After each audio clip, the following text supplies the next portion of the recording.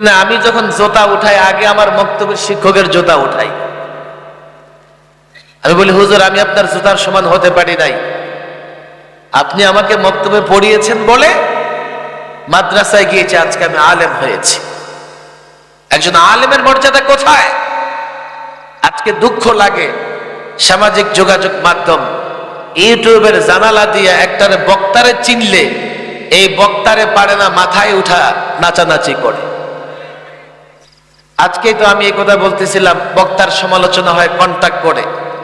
আমি বলি এটা বক্তার দোষ, কিন্তু যারা বক্তার সঙ্গে কন্টাক্ট করে তারা ডবল দোষী, তারা ডবল দোষী। কেন তুমি ৬০-৭০ হাজার ১ লক্ষ টাকায় কন্টাক্ট করবা? তোমার পাশে বক্তব্যের শিক্ষক কোনোদিন তার একটা গামছাও হাদিয়া দেও নাই, একটা গামছাও হাদিয়া দেও। তোমার পাশে হাফজখানার শিক্ষক কোনোদিন তারে সালাম দিয়ে মুসাফা করতে যাও নাই। আমি কথাগুলো এমনি চলে আসতেছে, আমি জানি না আপনারা কোন দিকে দেবেন। তালিমের কথা বলছি, তালিম। দাওয়াত ও তাবলীগের মেহনতের সাথে অনেক ভাই জড়িত। সারা জীবন চিল্লা লাগান, কোরআন শুদ্ধ হবে। বাংলাদেশের ব্যবসায়ী ভাইয়েরা, তাদের সম্পর্কে নানা রকমের কথাই আমরা শুনি।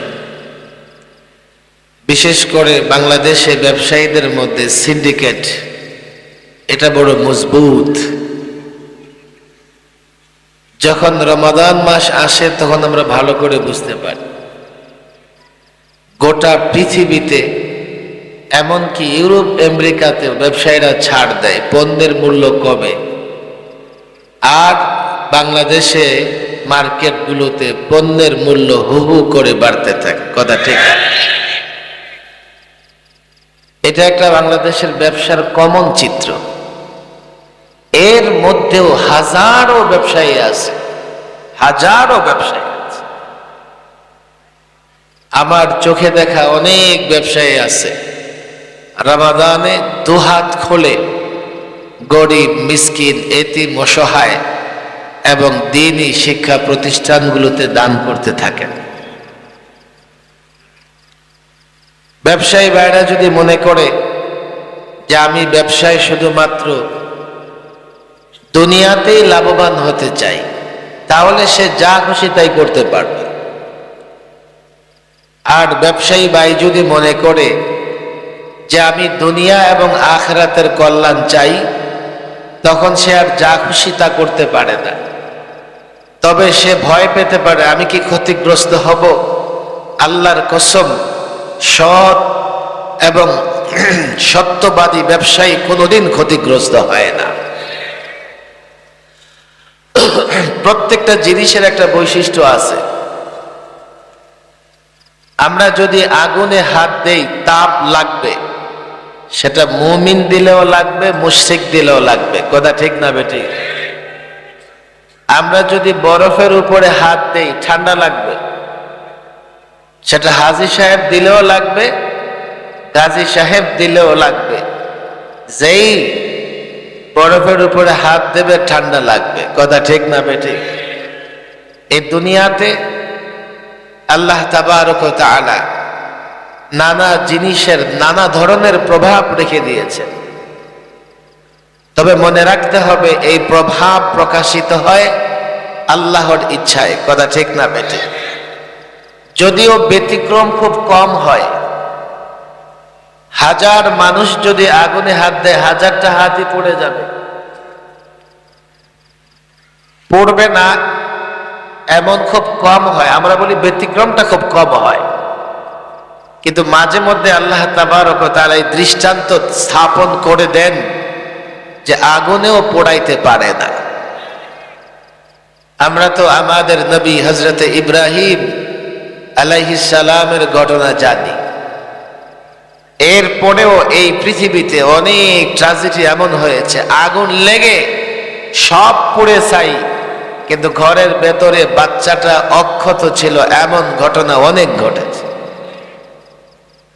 আমাদের এই পুরান ঢাকার চুরিহাটটায় তেমন ঘটনা ঘটেছে। কেউ তো এমন হয়েছে আগুন তাকে স্পর্শ করে নেই, মারা গেছে, তাপেই মারা গেছে। আবার কাউকে আগুন স্পর্শ করেছে, হাত পাও পড়েছে, কিন্তু মারা যায় নাই।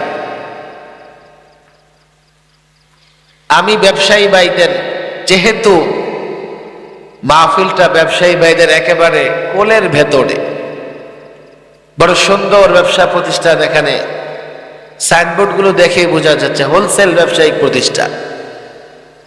ওনারা এত সুন্দর জায়গা দিয়েছে মাহফিল হওয়ার জন্যে।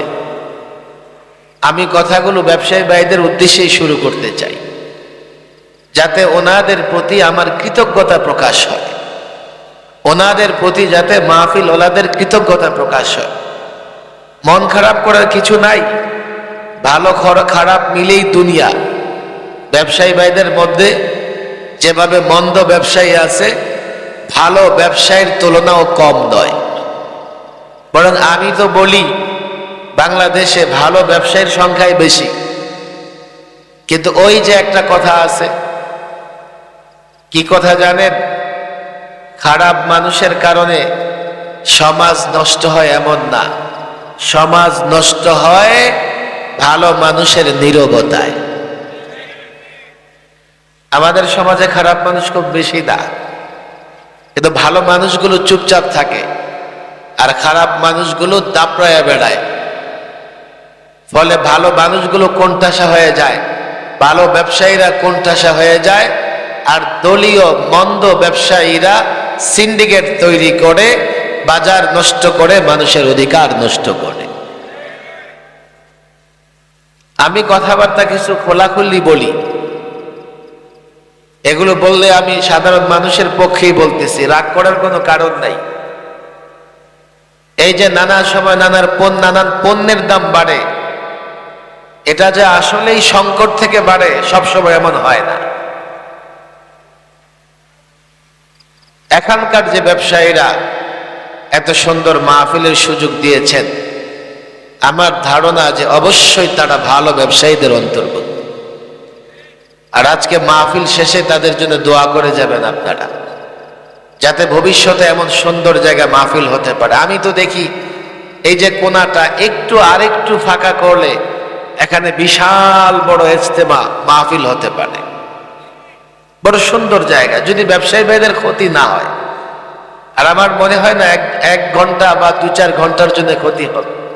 সকাল বেলায় তো ব্যবসাটা চলে, একদিন না হয় বিকেল বেলায় একটু বেচা কেনা কম কর।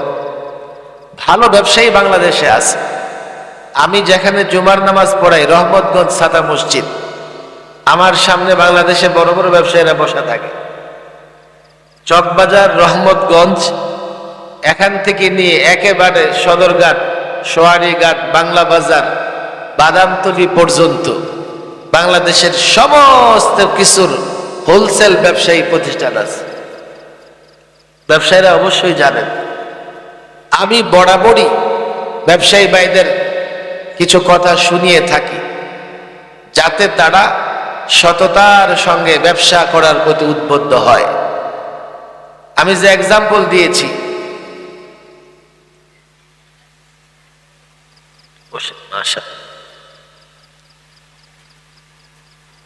আগুনে হাত দিলে যেই হাত দেখ তাপ লাগবে কিনা? আচ্ছা, বরফে হাত দিলে যেই হাত দেখ ঠান্ডা লাগবে কিনা? এটা হচ্ছে বরফ আর আগুনের ক্যারেক্টার, বৈশিষ্ট্য।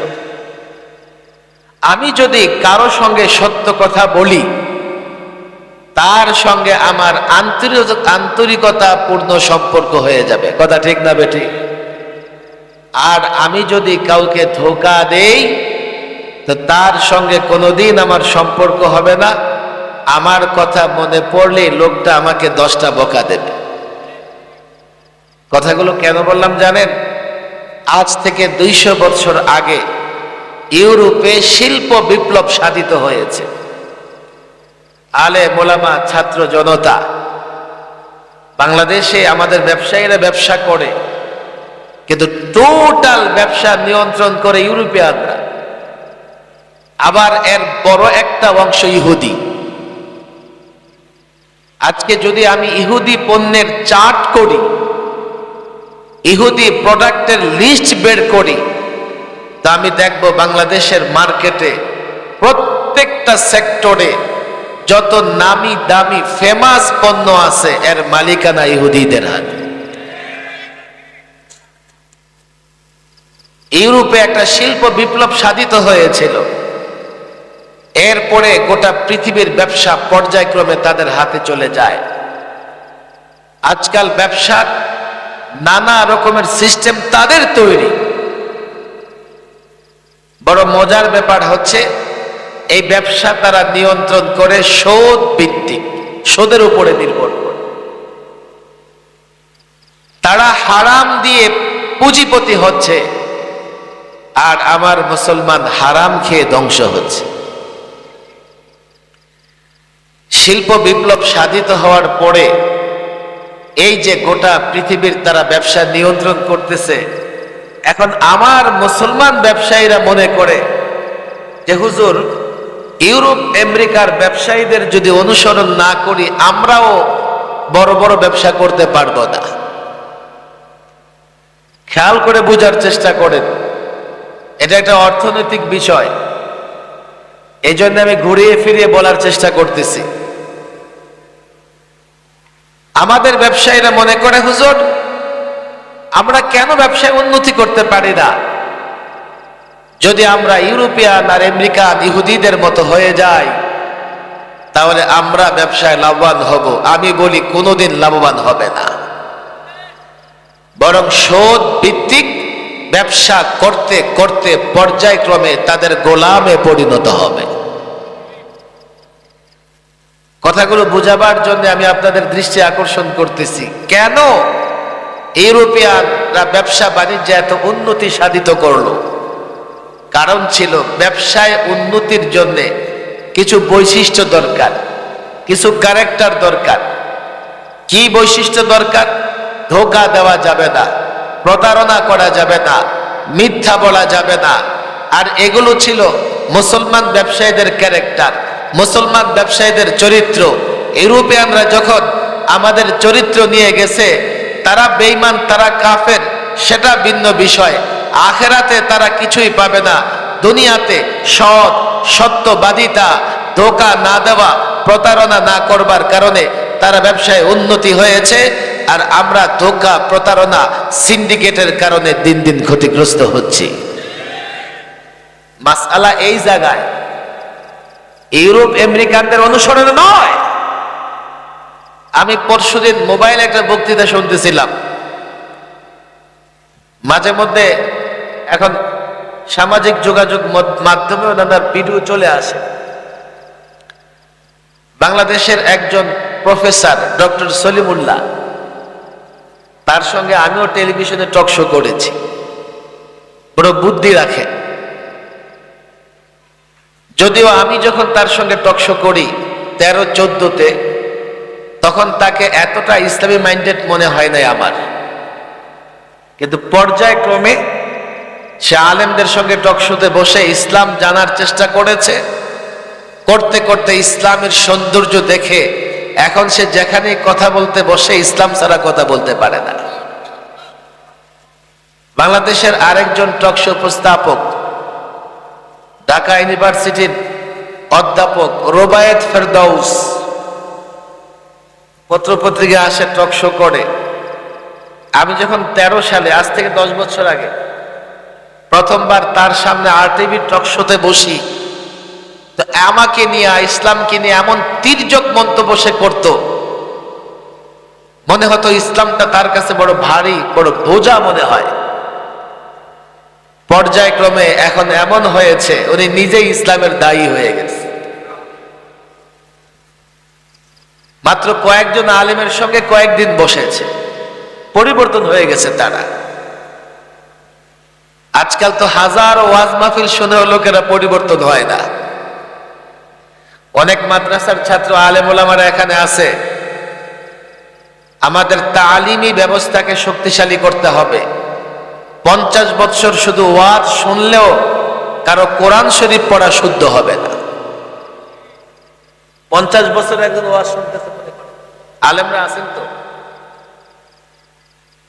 আপনারা, আমার এগুলো ব্যক্তি চিন্তা, আমি লম্বা চিন্তা করেছি এগুলো নিয়ে।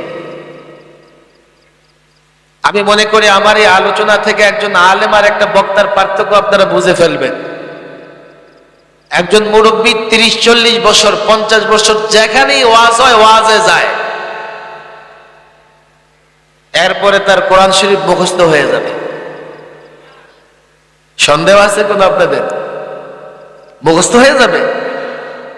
10টা আয়াতও মুখস্থ হবে না। কেন? ওয়াজে কোনো আলেম বসে কোরআনে কারিমের আয়াত মুখস্থ করায়, এটা ওয়াজে সম্ভব না। বলবেন হুজুর মুখস্থ না হয় কোরআন তো শুদ্ধ করে পড়তে পারে, কোনদিন না। ভালো করে বুঝেন, না হলে পরে আবার উল্টা ফতোয়া দেবেন।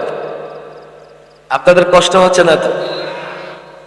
অনেক যুবকরা বসছে, আমি নিজেও প্রায় 1.5 যুগ ধরে ওয়াজ করি। উল্টা বুঝবেন না যে ওয়াজ শুনতে ওয়াজে যেতে মানা করতেছে, এমন না। আমি কি বলি এটাকে বুঝেন। আমি যেই 2 ব্যক্তির কথা বললাম পরিবর্তন হয়েছে, আমার মনে হয় না কোনদিন ওয়াজে গেছে। আলেমদের সঙ্গে বসছে, আধা ঘন্টা 1 ঘন্টা আলেমদের সোহবত পাইছে, পরিবর্তন হয়ে গেছে। আল্লাহই পরিবর্তন করে দিয়েছে। কোরআন শরীফও শুদ্ধ হবে না, কিন্তু আমার সাথে একটা যুবক যদি 30 ঘন্টা সম্পর্ক রাখে, কয় ঘন্টা বলেন? কয় ঘন্টা? 24 ঘন্টায় 1 দিন, আরো 6 ঘন্টা, 1 দিন আরো 6 ঘন্টা, 30 দিন 30 ঘন্টা যদি একটা আলেমের সঙ্গে একটা যুবক সম্পর্ক রাখে, আল্লাহর কসম করে বলি তার কোরআন শরীফ পড়া শুদ্ধ হয়ে যাবে। 30 ঘন্টা মাত্র। এটা হচ্ছে তালিম। আর আমি এখন যেটা করতেছি এটা ওয়াজ। হ্যাঁ, ওয়াজের মাধ্যমে তালিমের গুরুত্ব আমরা বুঝাই, কিন্তু ওয়াজ তো শুনি, তালিমের গুরুত্ব বুঝি না। ওই বাচ্চার মতো, মা বাচ্চাকে কোনোভাবে ট্যাবলেট খাওয়াতে পারতেছে না, উঠতেছে।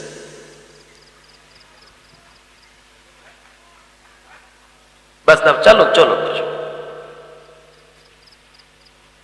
মা তার বাচ্চাকে কোনোভাবে ট্যাবলেট খাওয়াতে পারতেছে না, তো মিষ্টির ভেতরে ট্যাবলেট ঢুকায়া বাচ্চাকে বলে, বাবা মিষ্টিটা খেয়ে ফেল।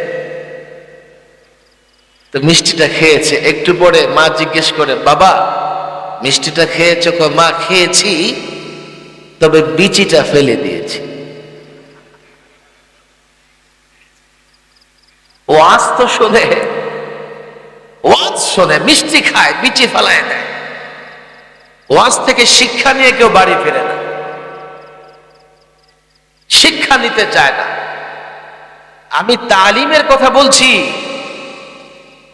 ওয়াজ অত্যন্ত গুরুত্বপূর্ণ কাজ, কিন্তু বাংলাদেশের সবচাইতে দামি বক্তা আর বক্তব্যে যে নুরানি কায়দা পড়ায়, ওই দামি বক্তাটা বক্তব্যে যে নুরানি কায়দা পড়ায় তার জোতার সমান মর্যাদা রাখে না। সে নুরানি পড়ায়, আল্লাহু আকবার। এগুলো তো কথা লম্বা হয়ে যাবে। আমি এই জন্যই বলি, বক্তা হিসেবে সাগত সাহেবকে দেখে বড় নিজের সৌভাগ্য মনে করতেছেন। এই যে হাফেজ সাহেবের কথা মেম্বার সাহেব খাড়ায় বলছেন, হেফজোখানায় পড়াইছেন, 50 বছর ওয়াজ করলো, 1 বছর যে তালিমি কাজ করে তার সমান হয় না। আপনারাই তো বুঝলেন। কিন্তু জনগণ আজকাল বক্তার পেছনে যেমনে ছুটে, আলেমরে দেখলে সালামও দেয় না, মুসাফাও করতে চায় না। আরে কথা ঠিক না বেটি? বক্তব্যের শিক্ষক সামনে আসছে, গায়ে লাগে না বক্তব্যের শিক্ষক। আমি আলেম হতাম না যদি বক্তব্যের শিক্ষক আমার পেছনে মেহনত না করতো। কথা ঠিক না বেটি? এই জন্য আমি যখন জোতা উঠাই, আগে আমার বক্তব্যের শিক্ষকের জোতা উঠাই। আমি বলি, হুজুর আমি আপনার জুতার সমান হতে পারি নাই, আপনি আমাকে বক্তব্যে পড়িয়েছেন বলে মাদ্রাসায় গিয়েছি, আজকে আমি আলেম হয়েছি। একজন আলেমের মর্যাদা কোথায়? আজকে দুঃখ লাগে, সামাজিক যোগাযোগ মাধ্যম ইউটিউবের জানালা দিয়ে একটারে বক্তারে চিনলে এই বক্তারে পারে না মাথায় উঠা নাচানাচি করে। আজকেই তো আমি এই কথা বলতেছিলাম, বক্তার সমালোচনা হয় কন্টাক্ট করে। আমি বলি এটা বক্তার দোষ, কিন্তু যারা বক্তার সঙ্গে কন্টাক্ট করে তারা ডবল দোষী, তারা ডবল দোষী। কেন তুমি 60-70 হাজার 1 লক্ষ টাকায় কন্টাক্ট করবা? তোমার পাশে বক্তব্যের শিক্ষক কোনোদিন তার একটা গামছাও হাদিয়া দেও নাই, একটা গামছাও হাদিয়া দাও। তোমার পাশে হাফজখানার শিক্ষক কোনোদিন তার সালাম দিয়ে মুসাফা করতে যাও নাই। আমি কথাগুলো এমনি চলে আসতেছে, আমি জানি না আপনারা কোন দিকে দেবেন। তালিমের কথা বলছি, তালিম। দাওয়াত ও তাবলীগের মেহনতের সাথে অনেক ভাই জড়িত। সারা জীবন চিল্লা লাগান, কোরআন শুদ্ধ হবে না। কোরআন শুদ্ধ করতে হলে হাঁটু গেড়ে একজন আলেমের সামনে বসতে হবে। কথা ঠিক না বেটে? তালিমের গুরুত্ব বুঝেন। এমনি রাসূল বলে নাই, রাসূলের হাদিস আপনারা সবাই জানেন, ফজলুল আলিমি আলাল আবেদ। কয় আবেদের উপরে আলেমের মর্যাদা ফজিলত কেমন জানো? কাফাজলি আলা আদনাকুম। আলেমরা বুঝে গেছে তোমাদের সাধারণ মানুষের মধ্যে আমি নবীর যে মর্যাদা, আবেদের উপরে আলেমের তেমন মর্যাদা। কথাগুলো এই জন্যই বলতেছি যে যেখানে সম্মান মর্যাদা দেওয়া দরকার, জাতি সেখানে মর্যাদা দেয় না।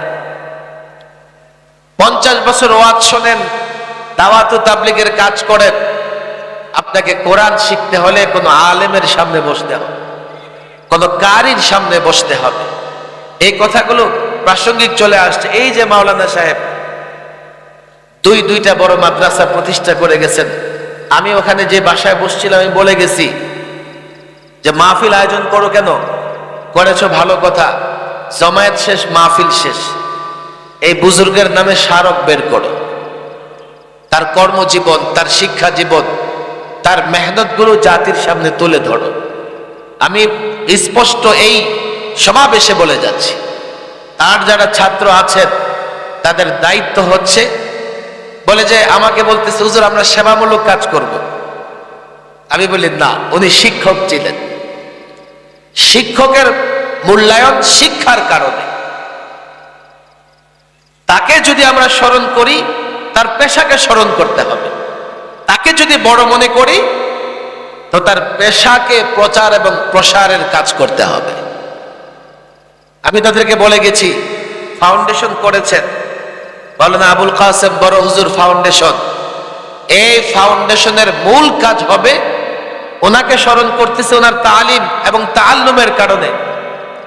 এই ফাউন্ডেশনের মূল কাজ হবে প্রত্যেকটা যুবকরে ফ্রি কোরআন শিক্ষা দেবে, প্রয়োজনে ভাতা দেবে। ভাতা শ্রমিকদেরকে এখানে জমা করবেন, 3000 টাকা ভাতা দেবো, 1 মাস আমরা তোমরা মেহনত করবা। ভাতা ভাতা। দিন এইভাবে আসে নাই, আলেমরা দিনের খেদমত এইভাবে করে নাই। আলেমরা যখন বাংলাদেশে দিনের খেদমত শুরু করেছেন, এভাবে করেছেন। শ্রমিকদেরকে ডেকে এনে সারাদিন দিনের তালিম দিতেন, আর বিকেল বেলায় তাদের মজদুরি দিয়ে দিতেন। 1-2 দিন পরে শ্রমিকরা বলে, হুজুর আমাদের জন্য আপনি মেহনত করতেছেন, আমাদেরকে দিন শিক্ষা দিচ্ছেন, আমরা আপনার কাছ থেকে আর মজদুরি নিব না। সমাজ এইভাবে পরিবর্তন হয়েছে। প্রত্যেকটা যুবকের কোরআন শুদ্ধ করে পড়া চাই, প্রত্যেকটা যুবকের নামাজ শুদ্ধ হওয়া চাই, প্রত্যেকটা যুবকের ওযু শুদ্ধ হওয়া চাই।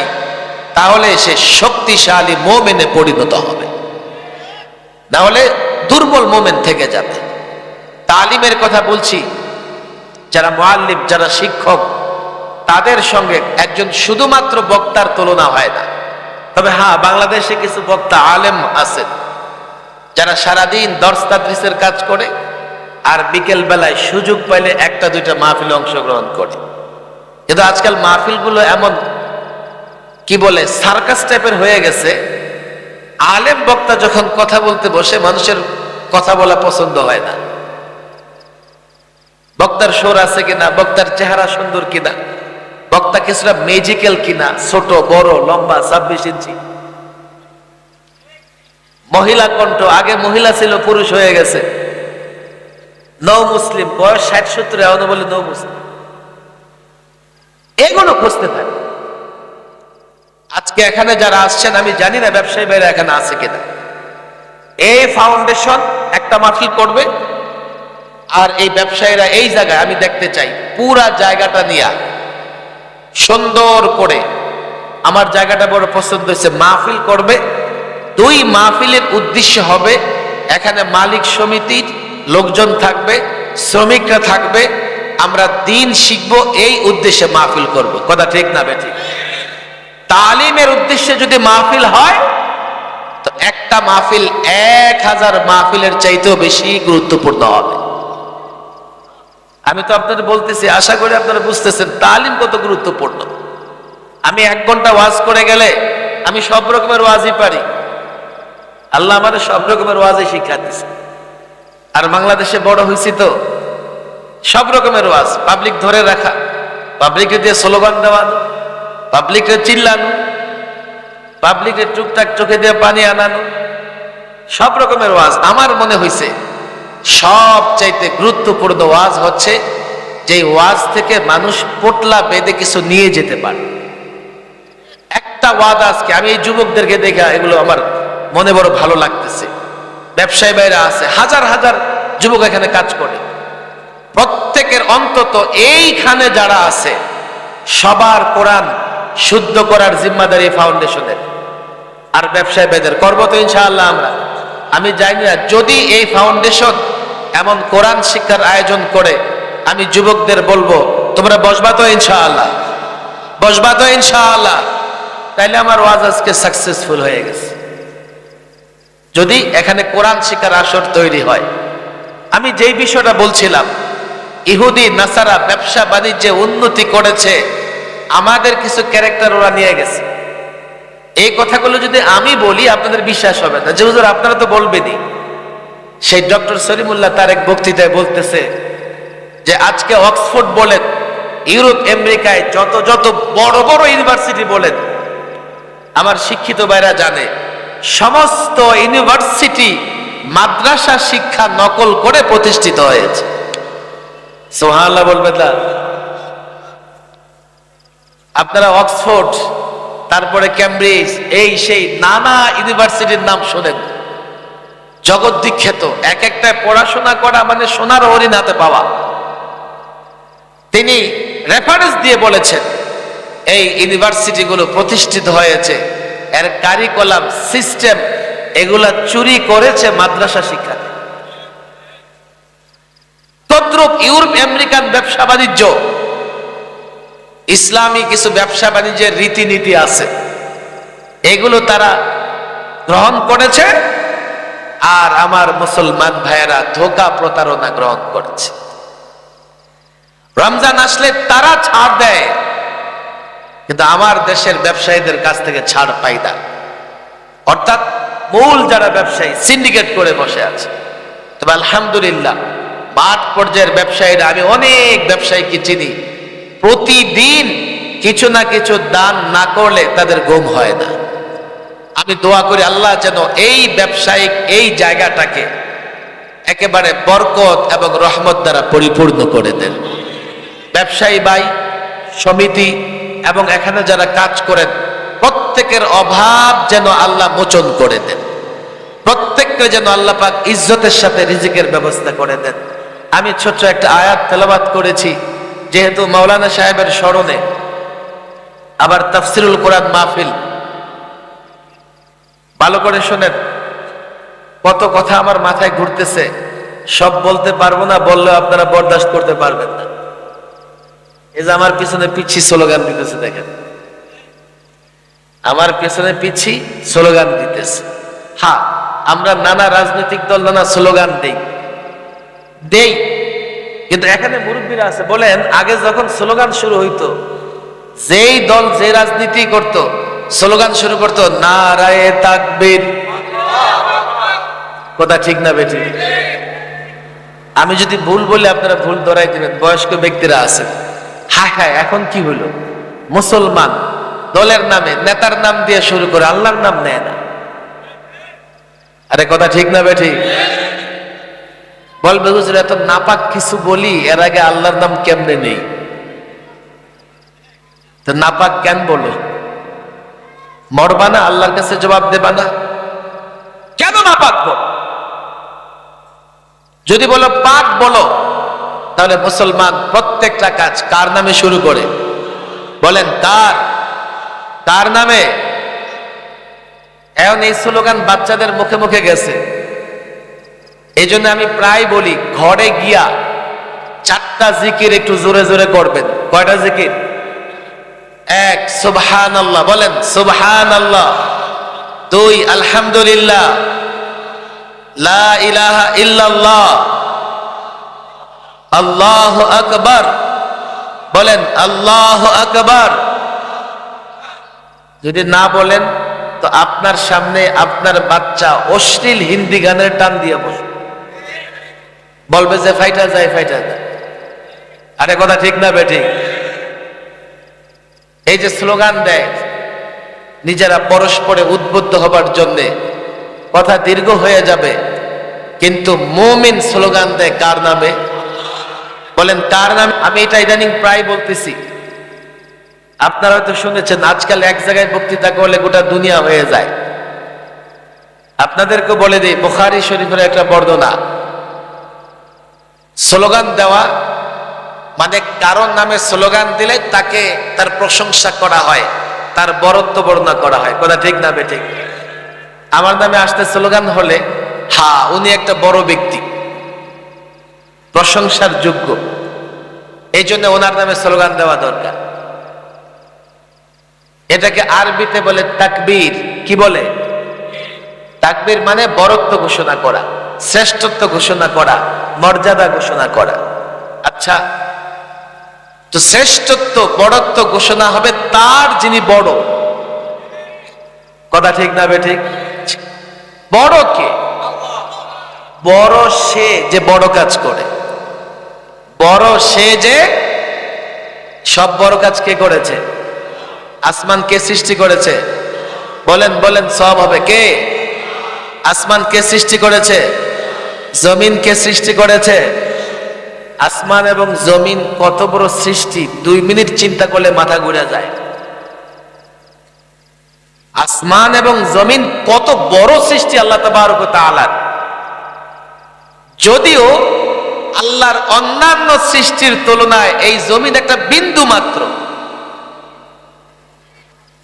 আসমানের খবর আমাদের কাছে নাই। বিজ্ঞান ঘুরতে ঘুরতে এখন মাথা খারাপ হয়ে গেছে, আসমান নাই। অথচ কোরআন বলে আসমানও আছে, আসমানের দরজাও আছে। কথা ঠিক না বেঠিক?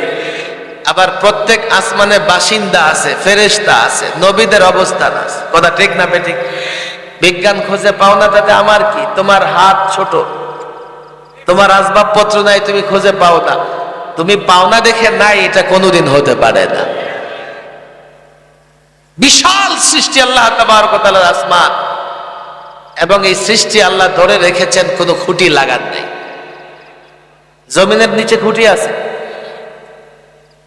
বিজ্ঞান তো বলে পৃথিবী ঘোরে, 60,000 মাইল গতিতে পৃথিবী দৌড়ায়। আবার পরস্পর নিজের মধ্যে এইভাবেও ঘুরে 20,000 মাইল ঘন্টায়।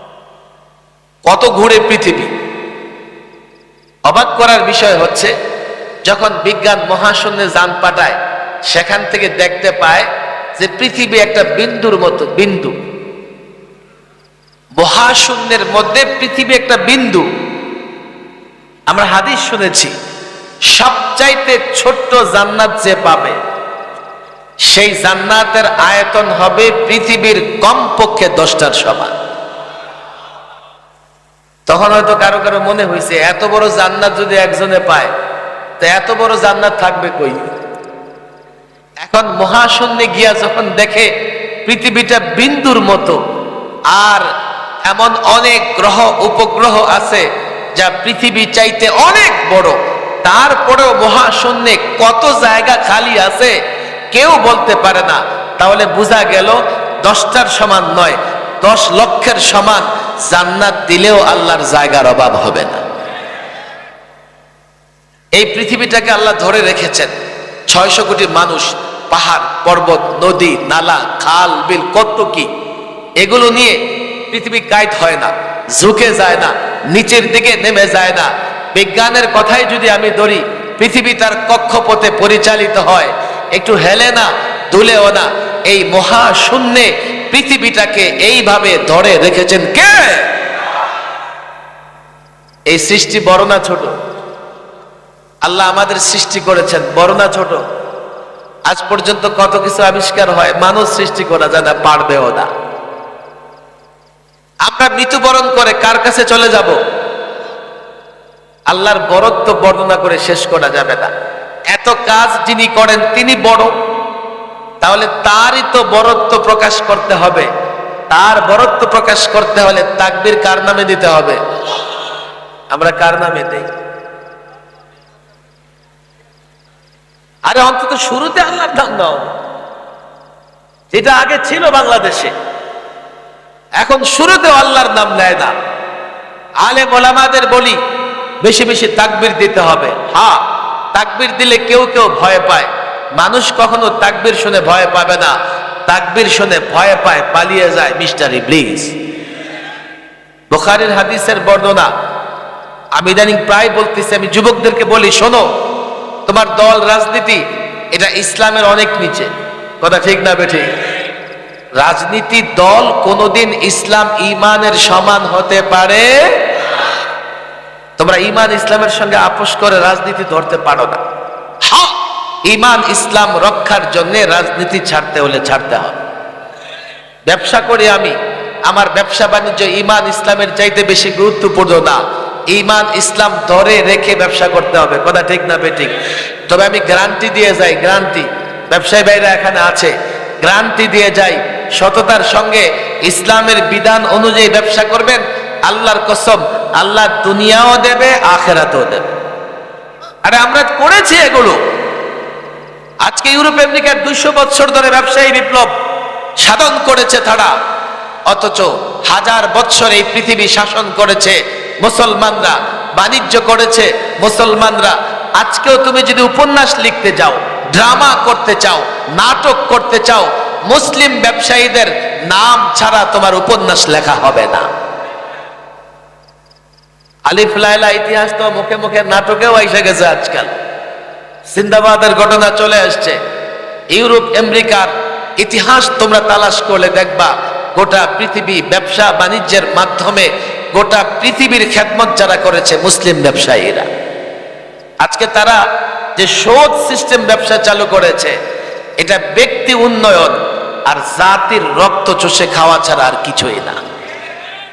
স্লোগান বুখারী শরীফের একটা হাদিসের বর্ণনা করে আমি শেষ করবো, আপনারা ক্লান্ত হয়ে যাচ্ছেন। উহুদের যুদ্ধে রাসূল করিম সাল্লাল্লাহু আলাইহি সাল্লাম, সাহাবায়ে কেরাম পরাজিত হয়ে গেলেন। রাসূল করিম সাল্লাল্লাহু আলাইহি সাল্লামের দান্দান মোবারক শহীদ হলো। ভালো করে শুনেন, রাসূল গিয়ে সাহাবাদের নিয়ে, কয়েকজন সাহাবায়ে কেরামকে নিয়ে একটা পাহাড়ে আশ্রয় দিলেন। এবার কুফফার লিডার আবু সুফিয়ান ময়দানে নেমে হুঙ্কার ছাড়তেছে, এই তোমাদের মধ্যে মুহাম্মদ বেঁচে আছে কি? রাসূল বলে, উত্তর দিও না। তোমাদের মধ্যে ইবনে আবি কুহাফা আবু বকর বেঁচে আছে কি? রাসূল বলেন, উত্তর দিও না। তোমাদের মধ্যে ইবনুল খাত্তাব ওমর বেঁচে আছে কি? রাসূল বললেন, উত্তর দিও না। আবু সুফিয়ান বলল, হ্যাঁ, সব হত্যা করে ফেলেছি। ওমর বলে, আমি আর বরদাস্ত করতে পারলাম না, আমি চিৎকার করে বলে উঠলাম, ওরে আল্লাহর দুশমন, সবাই বেঁচে আছে। এবার আবু সুফিয়ান স্লোগান শুরু করছে,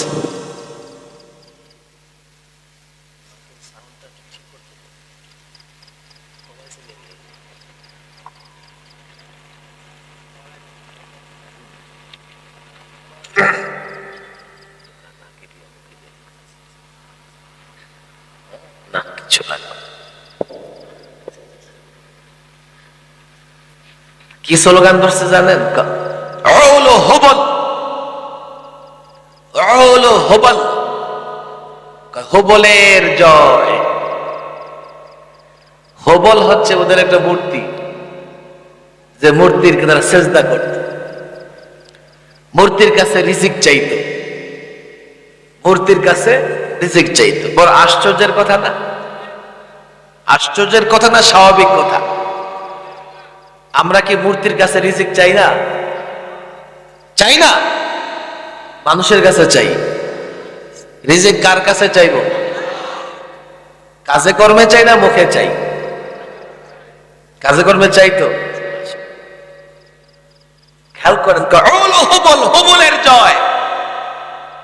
রাসূল সাহাবাদের, উপস্থিত সাহাবাদের বলেন, এই তোমরা উত্তর দাও না কেন? ইয়া রাসূলুল্লাহ, কি উত্তর দিব? বলো, আল্লাহু আ'লা ওয়া আজাল, আল্লাহ বড়, আল্লাহ শ্রেষ্ঠ। সে বলে হুবলের জয়, আর মুসলমান বলে আল্লাহ বড়, আল্লাহ শ্রেষ্ঠ। আল্লাহু আকবার বলেন। আল্লাহু আকবার অর্থ কি? আল্লাহ সবচেয়ে, বলেন আল্লাহ সবচেয়ে, আল্লাহ সবচেয়ে। আল্লাহু আকবার। দেখেন, এখন আরেকটা স্লোগান ধরছে, কি? ইন্না লানাল উজ্জা ওয়ালা উজ্জা লাকুম। এই আমাদের উজ্জা আছে, তোমাদের উজ্জা নাই। কত বাহাদুর দেখেন। উজ্জা ওদের আরেকটা মূর্তি। তারা মনে করত এই মূর্তির দয়ায় তারা টিকে আছে।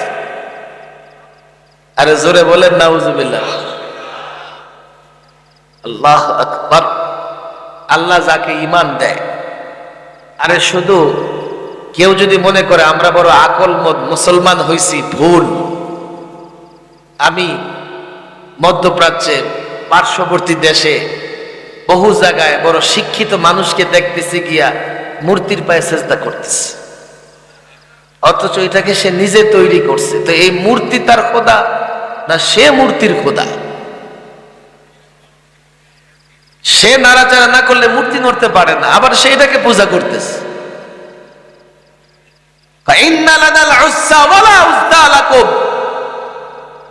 আমাদের উজ্জা আছে, তোমাদের উজ্জা নাই। মানে আমরা শক্তিশালী, আমাদের উজ্জা আছে, তোমরা তো উজ্জার পূজা করো না, তোমাদের উজ্জা নাই। রাসূল সাহাবাদের বলেন, উত্তর দাও না কেন? বুখারী শরীফের হাদিস। ইয়া রাসূলুল্লাহ, কি উত্তর দেব? আল্লাহু আকবার। বলো, আল্লাহু মাওলানা ওয়ালা মাওলা লাকুম। আল্লাহ আমাদের ওলি, অভিভাবক, তোমাদের কোনো ওলি অভিভাবক নাই। স্লোগান দেখেন, দেখে দেখে বুঝে নেন, বুঝে নেন। মুখ বন্ধ করে থাকবেন না। আমি তো বলি, একটা মহল্লায় 10টা গাঞ্জাখোর থাকলে একসঙ্গে বসে গাঞ্জা খায়। আরে কথা ঠিক না বেঠিক? ফেন্সিডিল খোর থাকলে এক এলাকায় 1 বোতল ভাগ করে 10 জন খায়। ইয়াবা খোর থাকলে একটা ইয়াবা জ্বালায়া 20 জনে এক এক টান করে দেয়। আমি জিন্দেগিতে ইয়াবা খালি মাঠে দেখি নাই। দেখছি কই জানেন? সব কথা বললে তো ঠিক হবে না, অনেকে নারাজ হয়ে যাবে। তাও দেখছি 10 বছর আগে, এখন না। ঢাকা কেন্দ্রীয় কারাগার থেকে আমাদেরকে যখন কাশিমপুর কারাগারে নিয়ে যায়, ওই প্রিজন ভ্যানের মধ্যে পিছনে বসে সিগারেটের কাগজের মতো কিসে যেন একটা নিয়ে টানতেছে। এগুলো কি এত বিদঘুটে দুর্গন্ধ? আরেকজনকে, হুজুর কিছু বললেন না, তাহলে আপনার গায়ে এসে নাপাক ছুঁড়া মারবে। কেন ছুঁড়া মারবে? ওদেরকে এই কাজে বাধা দিলে ওরা মল মূত্র ত্যাগ করে এগুলো ছুঁড়া মারে। এই যে থাক, বলার দরকার নেই। তো খায় কি? হুজুর বাবা খায়। বললাম বাবারও খাওয়া যায়? হুজুর ইয়াবা, ওরা সংক্ষেপে বলে বাবা। চিন্তা করেন, বাবা কত সম্মান, মর্যাদার অধিকারী বাবা। ইয়াবারে নাম দিয়েছে বাবা, আল্লাহ মাফ করুক।